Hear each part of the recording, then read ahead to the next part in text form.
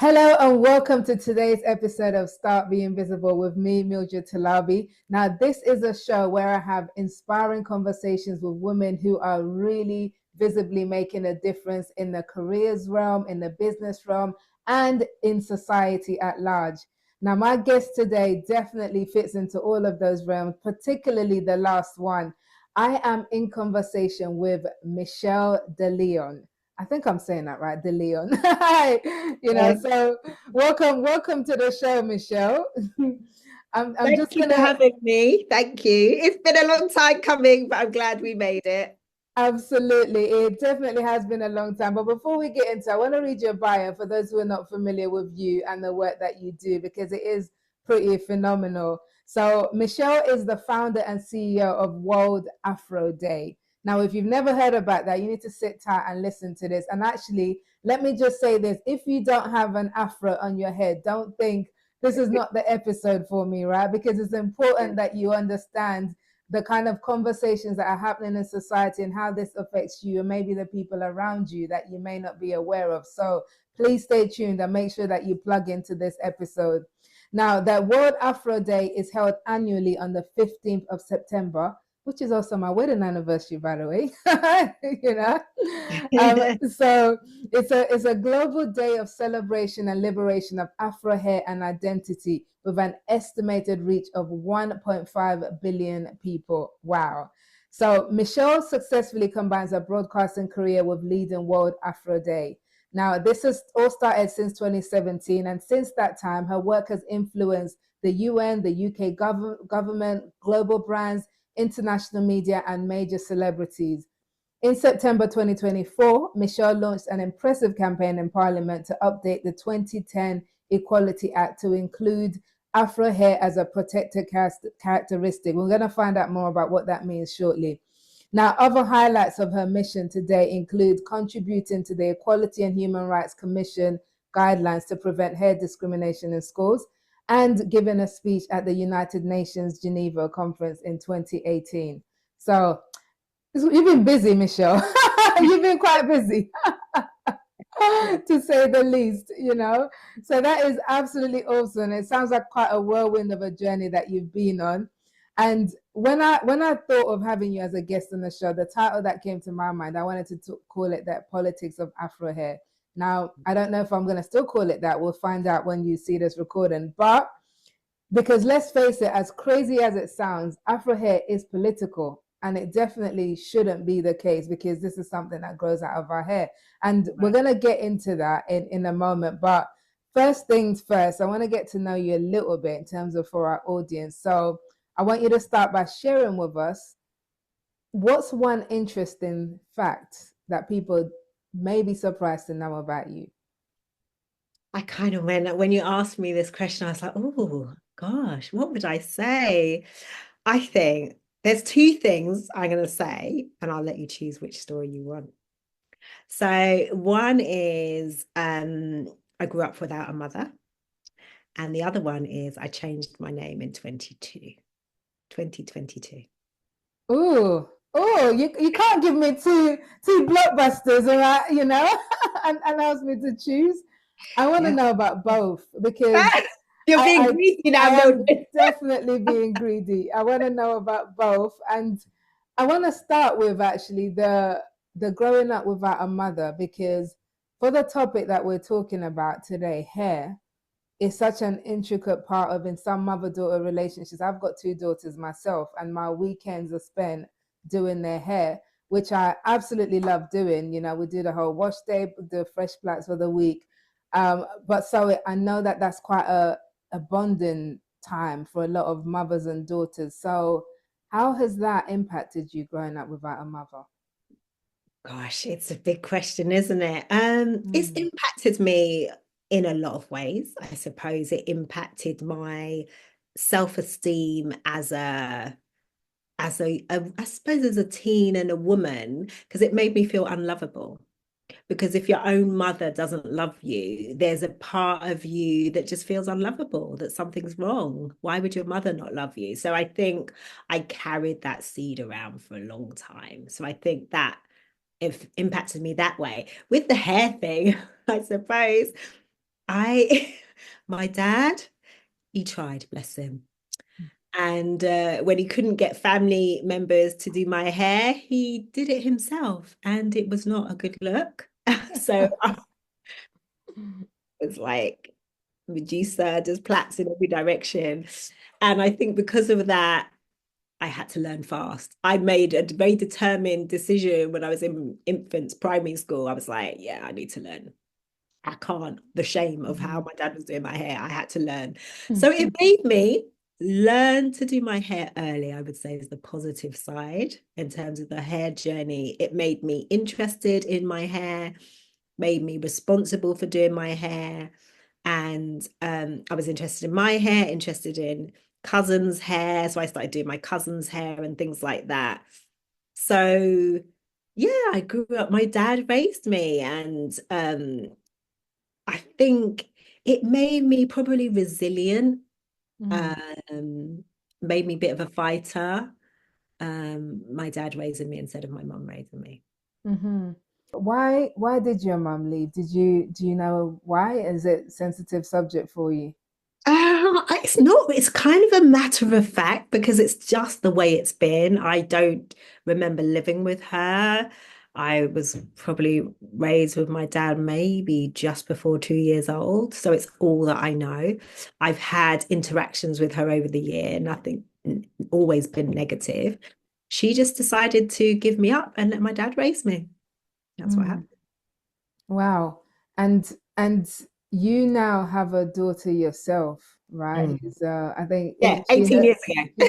yeah, I've had a yes. daughter for a while.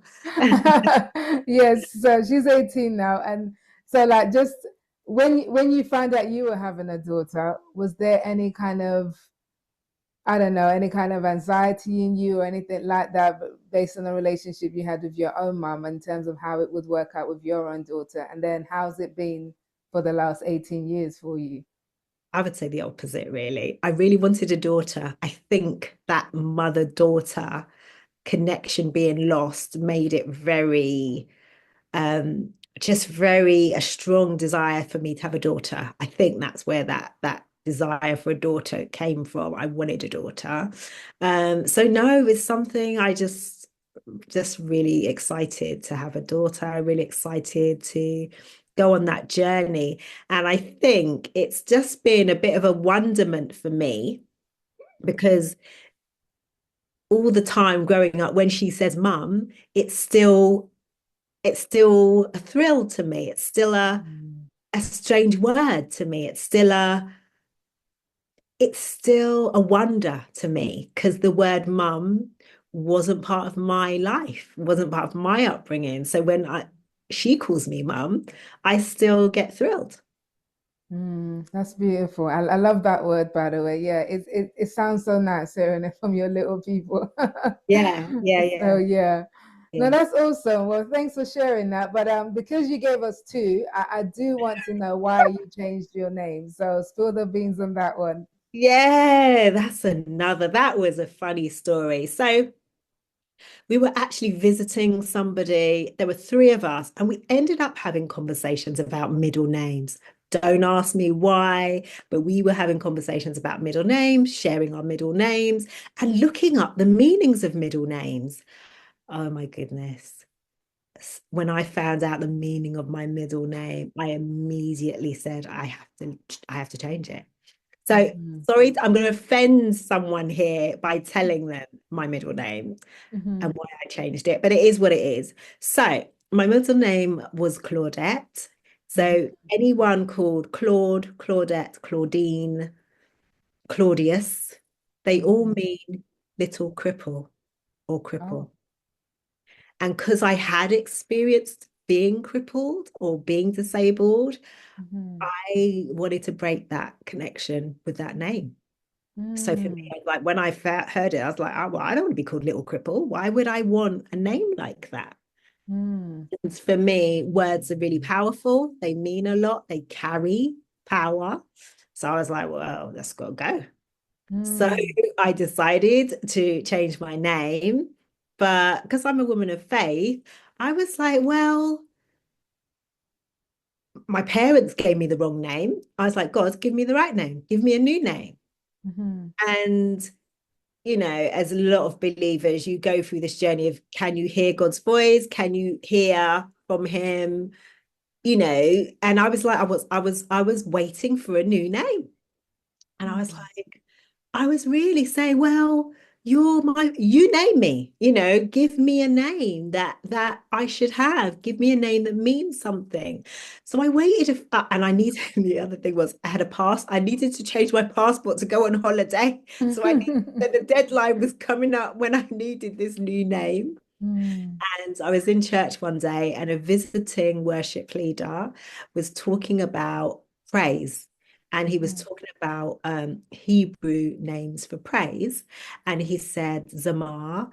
And I felt the Lord's voice saying, that's your name. And I suddenly went, Mm. that's my name. That's my new name. So Beautiful. I was just really excited to actually have a name that came from God, and not a name that I did start looking through books like you do, baby names and all that kind of thing. Mm-hmm. But I really wanted a name to be named Mm-hmm. properly.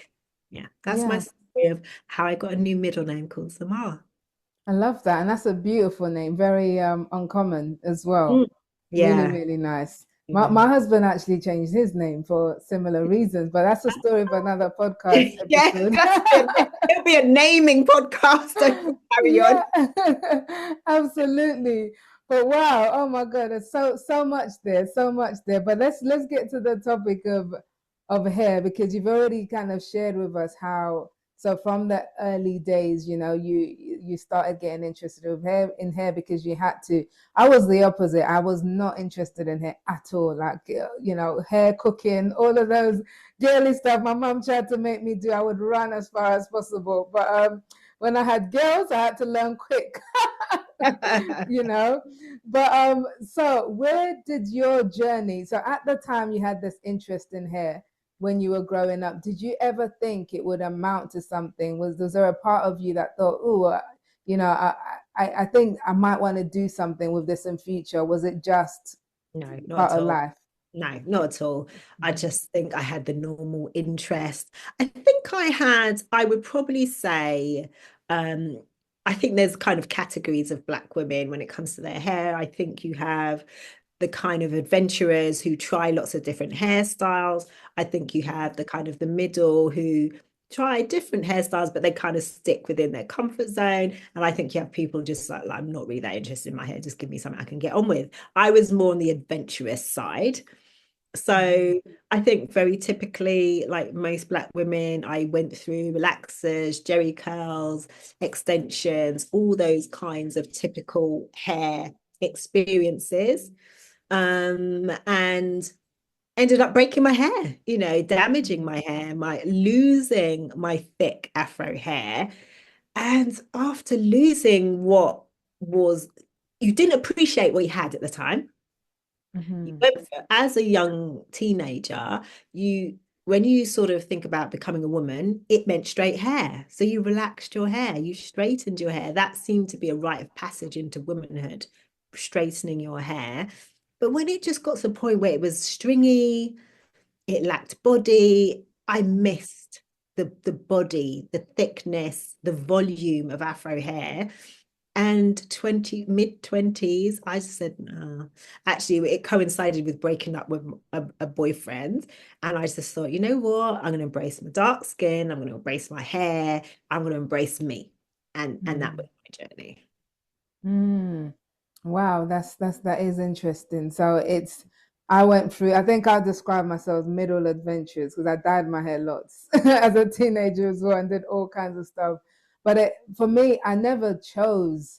So like a lot of Black women, I never understood about my own natural hair because I didn't choose relaxed hair. So my mom, I had three daughters, two sons.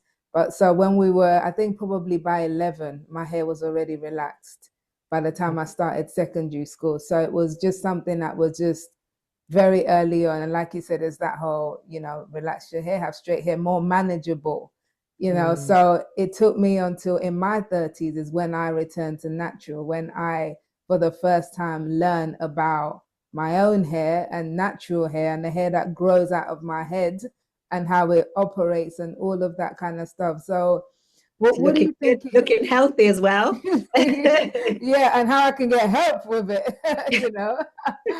But what do you think it is about our experience, you know, as Black women? Do you feel like this is changing, maybe as a result of what you've been on, but where that whole natural path of this is the hair that grows on your head as it is tends not to be something that most of us learn how to take care of or how to kind of appreciate and value while we're Mm. growing up, you know. So why do you think that is?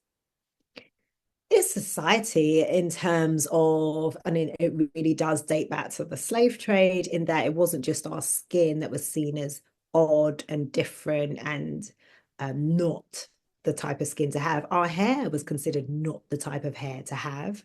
Um, Mixed hair was valued literally the same way in slavery. If you were more mixed, you were more valuable. If your hair was more mixed, you were more valuable. So we had that kind of instilled in us from for centuries, really, that if you have a looser type curl, mixed type hair, that's the right hair to have, that's the good hair to have, that will be, you're more valuable, you're more beautiful, you're more desirable.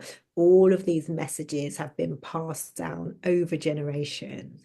And we had a kind of like a break from that in the 60s, 70s with the Black is Mm. Beautiful movement, the Black is Power movement, the Black Power movement. And the 60s and 70s, you had like so many people embracing their hair type. But then I say to, I don't know what your how old your parent is, but I said to my dad, that was your generation, but you dropped the ball with us as kids. We Mm. didn't have that. We went to Jerry Curl, we went to Relaxer. You didn't pass Mm. on what you were rocking in the 70s. It didn't get passed on for some reason. So I was like, yeah, what happened? It kind of it dropped again. Mm. And then, you know, not until the natural hair movement in the 2000s that so many women started to embrace their natural hair. I'm pre the natural movement though, so I'm trying to remember. I probably went back 98. So yeah, I'm pre the natural movement. I just Mhm. had made an individual choice. But I think it's lovely for the natural hair movement where so many women were going on this journey together, and they, because of the internet, they were able to Yeah. share that journey in a way that I was never able to do, and share the techniques. So one of the big things you spoke about is us not understanding our own hair, not knowing Mm. how to do our own hair, had been lost over generations. And then we were just rediscovering new ways. And we were rediscovering new ways. We had new products to try and we had new styles to try. And a lot of people were just learning from each other. So in many ways, it was such an amazing global movement. Mm. Yeah, it definitely was. And I think the first time I tried to go natural, I just thought it meant stop relaxing your hair. And then I stopped relaxing my hair and I had no idea what else to do with my hair. So I was just like braids after braids after braids. And I was like, this cannot be it. So the second time, this time I invested in like a hair course, you know, went through a program, learned all the stuff, read books. And then because I had my girls by this point, they were babies, but I was like, I want to be their only hairdresser. And which means Oh, I've got to learn how to do this thing. And it was a big thing, but I learned. And now they have decent hair for school. I may not be the best, but they have decent hair, which is great. You know, yeah. but so you said you precede the natural hair movement. So your move into World Afro Day actually started in 2017. So that's Mm. when you kind of created this brand. But before that, what were you doing? Because I know you still work in the media, and Yeah. that was your career path Yeah. for a bit. How did the two like come about? Do you know what? It's interesting because I went natural while I was working, and I just decided that I wasn't going to compromise on my hair when I went to work, and I rocked all the different hairstyles. I tried lots of different hairstyles and I did lots of different things, and I was known for it, to be honest, but in a very positive way. You know, oh wow, she's done something else, she's done Mm. something else, but it was always very, I don't know, enthusiastic. It was a positive experience. I had a very positive work experience with my hair. So yeah, I'm glad, I'm fortunate that my career didn't it didn't clash with changing my hair, it didn't clash with going natural. It was a very positive path, positive journey. Mm. So then what was a catalyst for you then in going full on with this World Afro Day movement in 2017? Yeah, I was just living my normal life, to be honest. I never had no intentions of starting a global hair movement at all.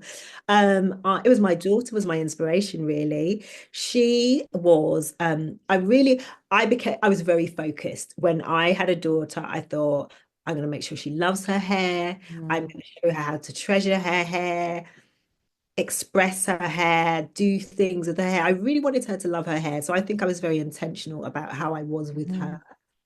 And she really did. She just felt good about her hair. And one morning she was singing in the bathroom and she was praising God for having afro hair. She says, I'm a princess. I love my afro hair. Thank you, God. I was just like, wow. She actually made up a song. And I was like, how how is she reached this place of loving her hair so much? And I just remember thinking, oh, that's so wonderful. But then my second thought was, oh, I want her to be surrounded by millions of other children who feel that way. I just really mm, felt this connection, wanting her to be a generation of children loving their hair. And then I thought about Black women and they were still struggling. I thought, oh, wow, they are still struggling.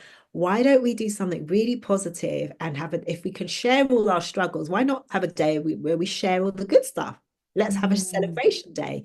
And it was that simple a thought, just to say, well, can't we just change this struggle, this history that we've had with our hair and start creating something wonderful that we can mm, celebrate.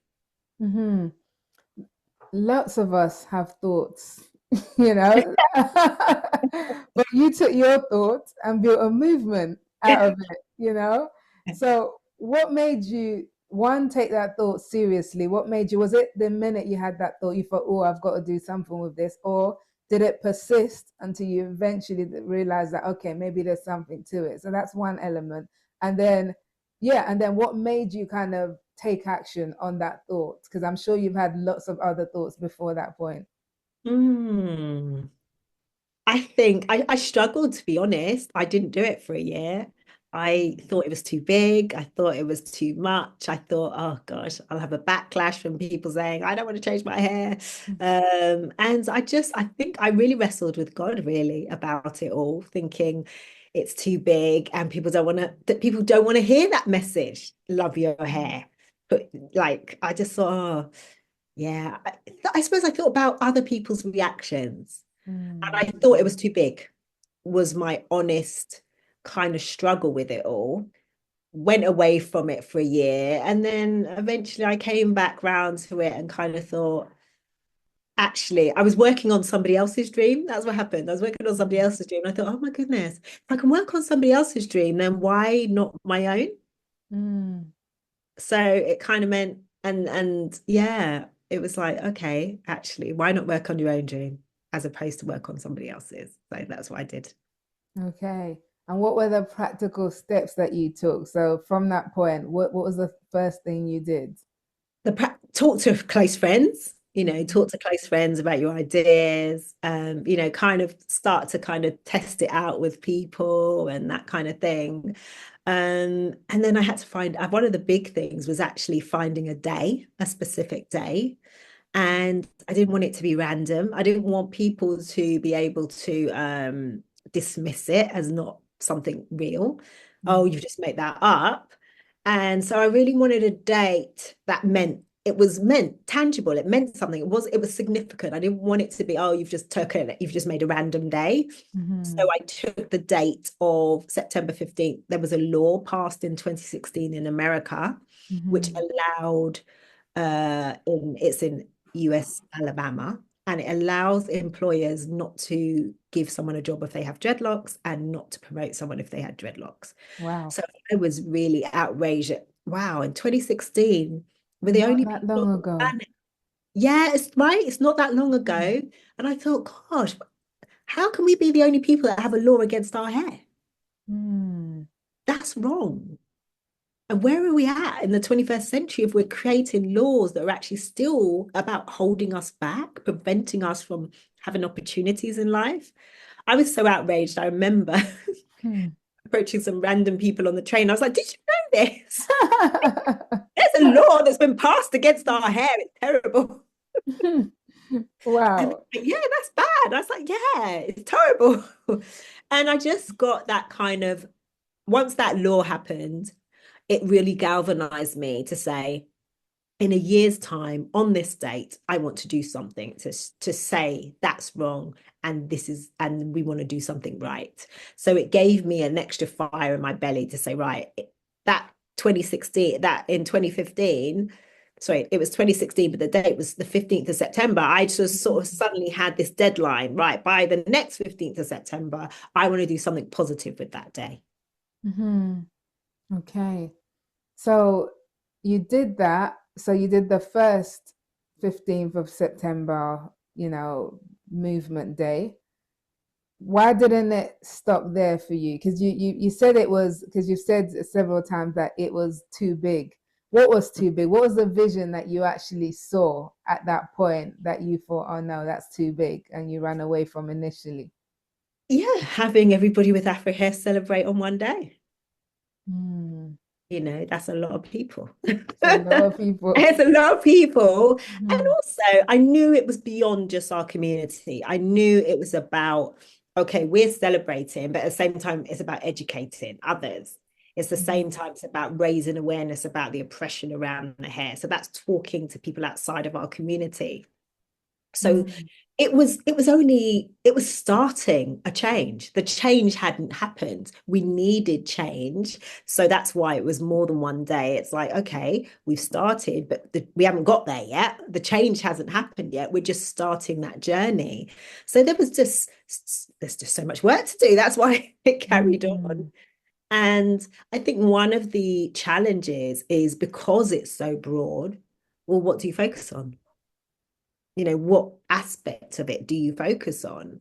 Because you want to do so much, you want to speak to so many people, you want to change so many things. How do you do it all? Where do you start, and which things do you start with? So I think in the early days, that was the first few years, that was a kind of like, oh, don't know. It was very organic because I didn't know. There was no roadmap for it. Hmm.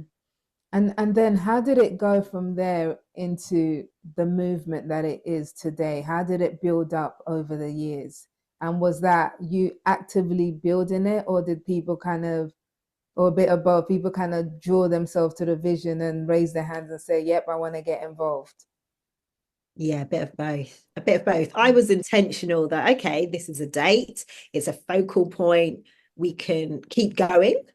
And Mm, then I think people started to catch on because when you first start saying to people, let's have a global day to celebrate your hair, mm, people don't get that necessarily because they don't have a picture of that. What does mm, that look like?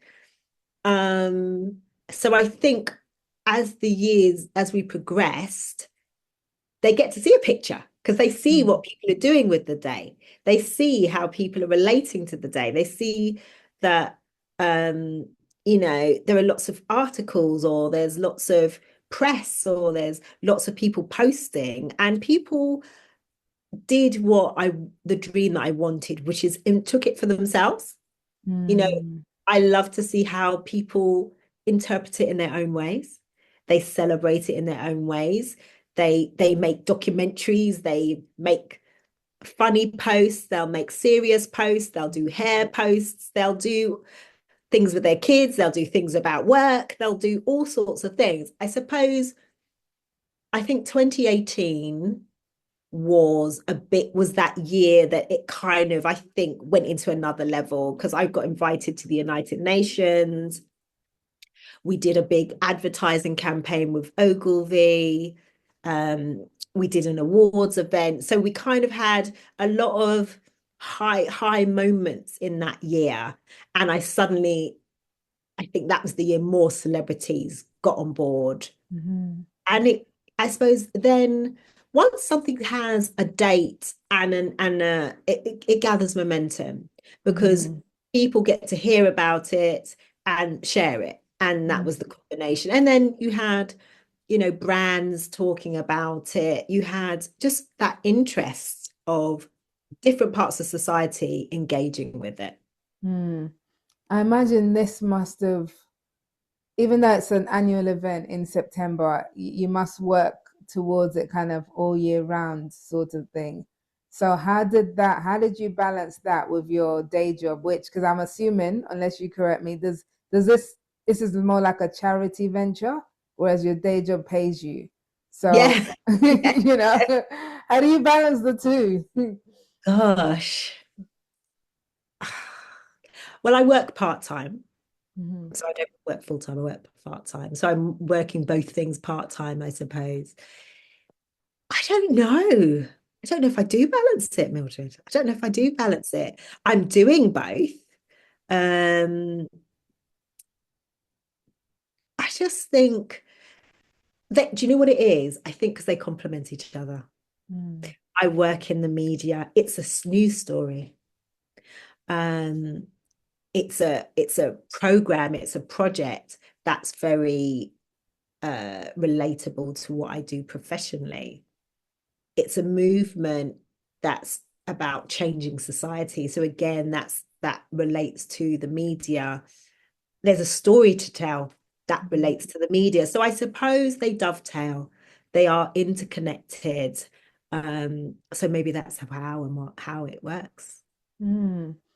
And yeah, and that's like, because a lot of people, although maybe theirs are not as connected as yours is, as you're explaining, but a lot of people kind of keep their side hustle hidden, from their day job. They just kind of have this professional LinkedIn profile, for example, and then they have an Instagram where they're selling cakes, or whatever it is, and the two worlds never meet. Yeah. But to be able to kind of blend them both, that's actually quite is great, and it does take some skill to do that as well. So how do you plan that out in your head when you think of your brand? How do you see your brand as you're presenting yourself out there? How do I see my brand? That's, I'm just trying to Mhm. think now, what do you mean by that question? So How do like, do you consider yourself an entrepreneur? Are you like a media person? Are you a bit of both mixed up? Are you a movement founder? Like how do you yeah, see yourself in the world out there, you know? I Does that think make sense? I think as a change maker, Hmm. Okay. because then your change maker is not necessarily in one way. You Hmm. can be a change maker in different formats, different platforms.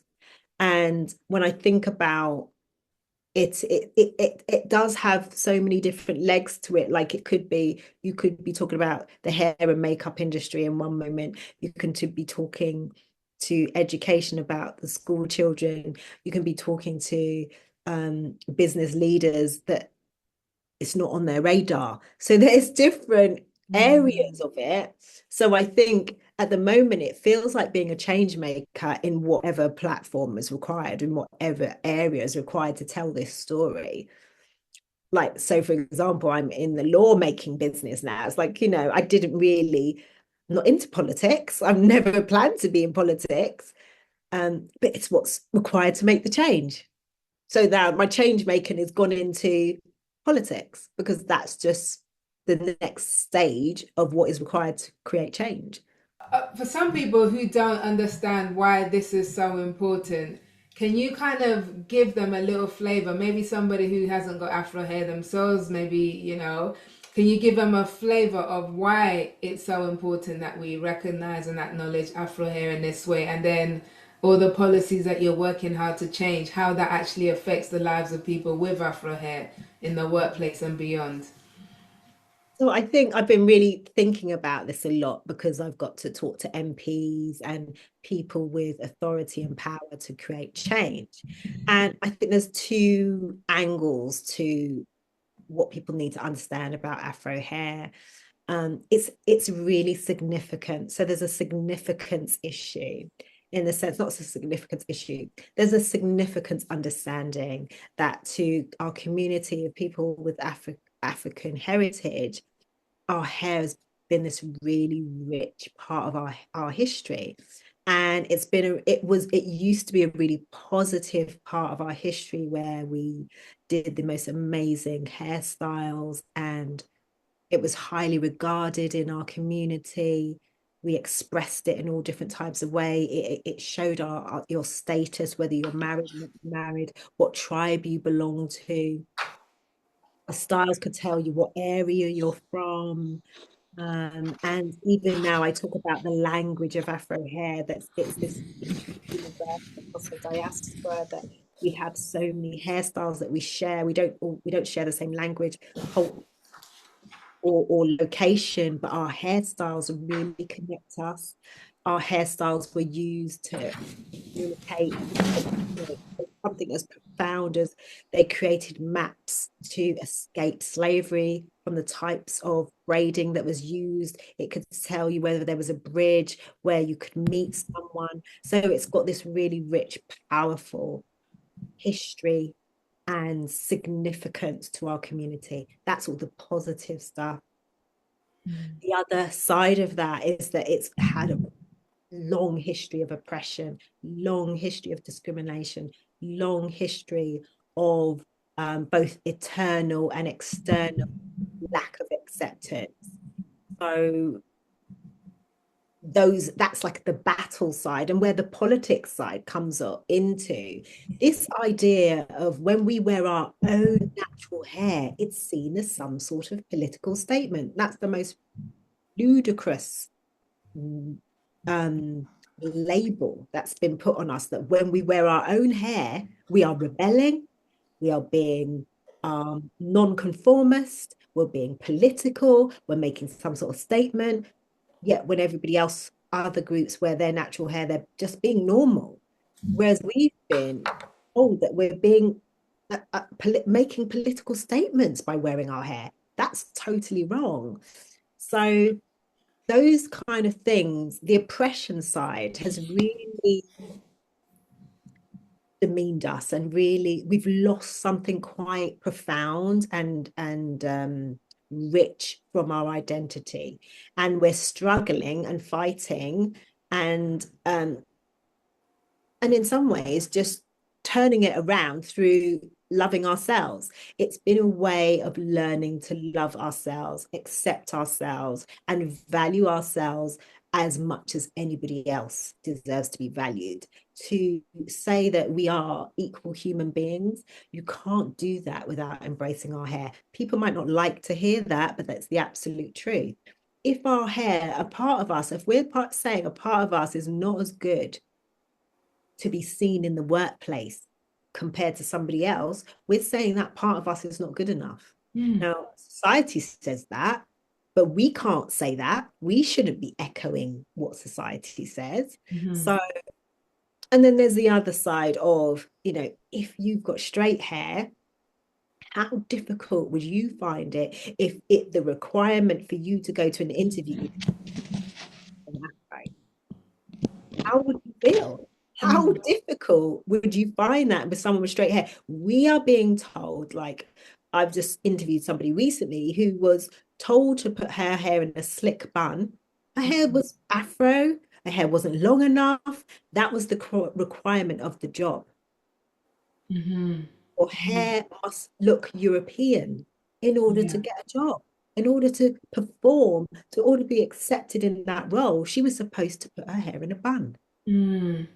That's discrimination. How is that? How is that a measurement of her skills? Yeah, To do definitely. perform in a role. She was told to go home, fix her hair, go home. You're not welcome in this job because you don't look right. You can't put your hair in a bun. So, that's a message I say to someone, how difficult would you find it to suddenly start rocking your hair in our hairstyles? Yeah, And be told, exactly. Yeah. you can't have this job unless you're able to, cornrow your hair. No, it is massive. Like similar to you, I haven't had the issue of my hair being an issue at work. I've worked in, media fields, different places as well. Maybe because I haven't had a solidly corporate background, like possibly like yourself.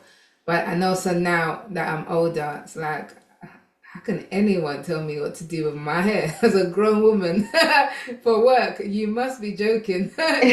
So I'm free to like do whatever, however, and don't have the pressure of my hair has to look a certain way to go into work. But I know that again, for especially for younger people as well, if they haven't got into this whole I love my hair, I love myself, my identity thing, it is something that can trip them up. This whole having to conform to a certain look to fit in. So the work you're doing is incredibly important, and it is making a difference, for people.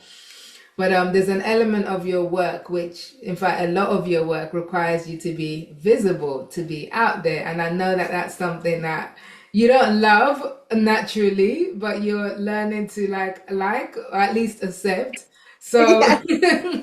so how are you making this work for you? How are you pushing yourself out of your comfort zone in that arena and making it work for you? Being visible, I think, is one of the challenges of the role. Actually, having to be the face of your brand.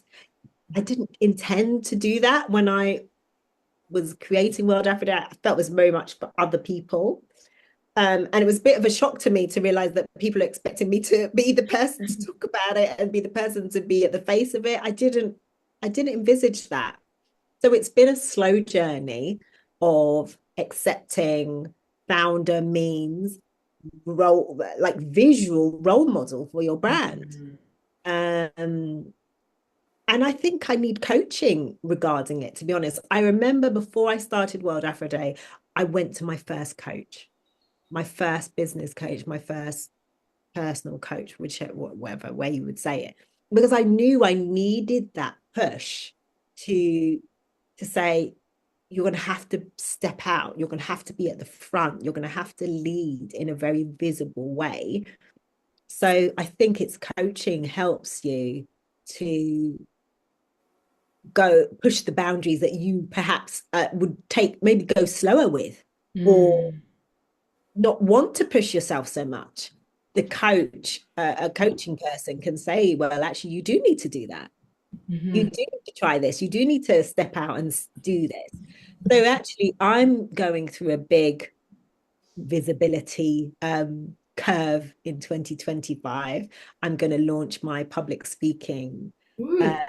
yeah, I'm going to launch my public speaking career, and and I've put myself on Instagram for the first time because I'm like, I thought, do you know what I've had to learn to do? World Afro and me are not one. I Mm, am a person, and I have something to offer as a person. that's right. And World Afro is part of what I have to offer. We are not one and the same thing. So I think me coming to the realization that I can step out in my own right and offer things and speak about World Afro Day, but speak about other things. I speak Mm, about, you know, the other thing that people don't realize in that when we talk about hair, we're just talking about people and how we connect with one another, how we treat one another. And that's a big life issue. It's not just about hair, it's about how we look at each other and how we treat one another. And that's the biggest part of humanity. If we can connect better with one another and treat each other better, I feel that so much progress is being made in other areas that this is being left behind. mm. I love that. I absolutely love that. And you are right. It is much bigger than just hair itself. So it's a big movement that you're on. And this is why I am excited for you that you're stepping out in your own brand because I feel like there's so much that you've got to offer. And like you said, the World Afro Hair Day is part of it, but there's so much else. I'm excited for what's coming for you in 2025. So what can we look forward to, for the future? What's the next milestone in this movement? What's happening this year that we can plug into? Definitely. 2025, a bit of history for everybody. 60 years ago in 1965, it was the first Race Relations Act. So it was the first time that this country acknowledged that we should do something about racial discrimination. So 2025, I want it to be the year that we have a new law that says we're going to do something about hair discrimination. So for me, that is my big goal for the year, that I convince the government, convince MPs that this, and with that, it's a ripple effect. Mm-hmm. You know, once the highest level of authority, highest level of legislation comes out, then there is every area of society can go through that transformation. So that would just be my ultimate dream. Fantastic. What can we do to support that? Where do we sign up to this movement? You know what is so, I love this part because I think, you know what, there's always so much energy around voting. And then nobody talks to their MP after that, do they? Like, they vote somebody in once every 4 years and they just get on with their life most of the time. So I really want people to realize they've got power, and it's literally an email to your MP saying, have you heard about this cause? I really want you to back this cause. And it's that simple. They can go on our website, find out where their MP, who their MP is, and use our template or add your own, do your own, and email your MP, be a part of a massive cause. Can you imagine? The law changes and you emailed. You can say to your grandkids, yeah, I was part of that. I love that. That's a great selling point. I'm gonna sign up.